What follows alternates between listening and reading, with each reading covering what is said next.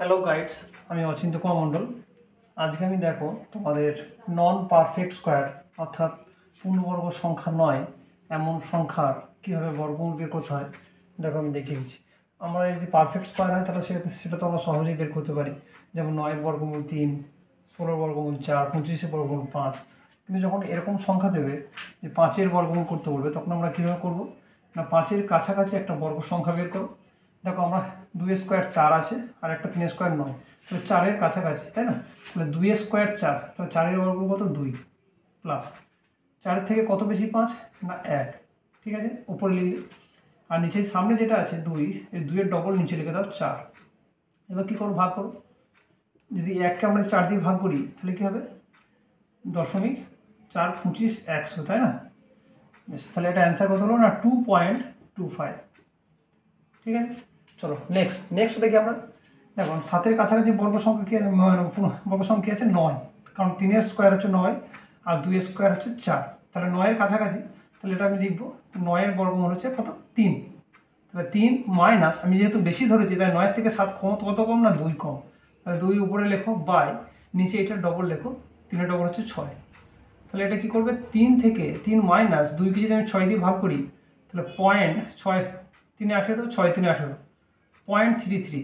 তাহলে 3 থেকে 0.33 বাদ দিলে কী হয় না 2.66, ঠিক আছে। তাহলে এটা হচ্ছে অ্যান্সার। নেক্সট আমরা যদি 15 দেখি, তাহলে 15 কাছাকাছি বর্গমূল কি, বর্গ সংখ্যা কী রয়েছে না 16। তাহলে আমি এটা করতে পারি 4-এর 16 বর্গমূল হচ্ছে 4 মাইনাস 16 থেকে কত কম 15 না 1 কম, তাহলে নিচে হচ্ছে 4-এর ডবল হচ্ছে 8। তাহলে এটা কী হলো 4 মাইনাস, আমি যদি 1কে 8 দিয়ে ভাগ করি তাহলে কত হবে, 8-একে 8, 8 দুগুণে 16, 8 5 40, 0.125। চলো তাহলে 4 থেকে 0.125 বাদ দাও, তাহলে কত হবে 3.8875, ঠিক আছে। তাহলে 3.875 এটা হচ্ছে রাইট অ্যান্সার। এটা অ্যাপ্রক্স আসবে, আমার 3.8টা দেখবে ঠিক আসবে, হয়তো তার পরেরটা একটু এই দুদিক হতে পারে, মানে পয়েন্ট ফ্রাকশনে কিছু আসতে পারে, তবে অসুবিধা নেই, এটা পারফেক্ট নিয়ম। নেক্সট যদি আমি বলি 26-এর বর্গমূল, তাহলে কী হবে না কাছাকাছি হচ্ছে 25, তাহলে 25-এর বর্গমূল হচ্ছে 5। তাহলে 25 থেকে কত কম 26, মানে কত বেশি 26 না 1 বেশি, তাহলে উপরে 1 আর নিচে 5-এর ডবল হয়ে গেলো 10। তাহলে এটা কি হয়ে গেল না 5 প্লাস, আমি যদি 1কে 10 দিয়ে ভাগ করি তাহলে কত হবে 0.1, তাহলে এটা হয়ে গেল 5.1, ঠিক আছে। নেক্সট এরকম যদি থাকে 33, তাহলে 33-এর কাছাকাছি কী হবে 4, 5 5 25, 6 6 36, তাহলে 36-এর কাছাকাছি, কারণ 25 থেকে বেশি, তাহলে 36-এর কাছাকাছি 6 দাও, 36 থেকে কত কম না 3 কম, নিচে 6 ডবল 12 করে দাও। চলো আমি 3কে যদি ভাগ করি 12 দিই, তাহলে আমি প্রথমে দশমিক নিলাম, 0 করে দিলাম, তাহলে 12 2 24, 12 5 60, তাহলে 6 থেকে 0.25 বাদ দিলে 5.75, এটা হচ্ছে অ্যান্সার। নেক্সট 55, দেখো 8 8 7 7 49, 8 8 64, 7 7 49 করলে তার কাছে কত বেশি 49 থেকে না 6 বেশি, আর 8 8 64 করলে তার থেকে অনেকটা ডিফারেন্সটা অনেকটা বেশি, আর 9 ডিফারেন্স, তো যেটা কম ডিফারেন্স সেটা নেবে।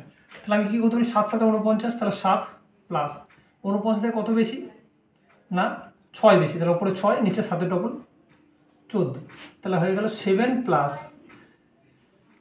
এটা দশমিক নিলাম 0 করে দিলাম, 14 4 56, 14 5 70, 14 4 56, 56 কত হলো 56 হাতে 4 থেকে গেল, 14 3 42, 14 2 28, তো আমি আর লিখছি না, দুবার পর্যন্ত নিচ্ছি, তাহলে অ্যান্সার কত বলতে পারি 7.42 অ্যাপ্রক্স, ঠিক আছে। নেক্সট আশা করছি তোমরা ভিডিওটা বুঝতে পেরেছো। যদি ভিডিওটা বুঝতে পারো তাহলে তোমরা কমেন্ট বক্সে √65 মানে 65 আর √85-এর বর্গমূল কত হবে তোমরা কমেন্ট বক্সে জানাও, ঠিক আছে। যদি ভিডিওটা ভালো লাগে তাহলে একটা লাইক ও বন্ধুদের মধ্যে শেয়ার করতে ভুলবে না, আর যদি চ্যানেলে নতুন হও তাহলে প্লিজ চ্যানেলটা সাবস্ক্রাইব করে দিও। Thank you.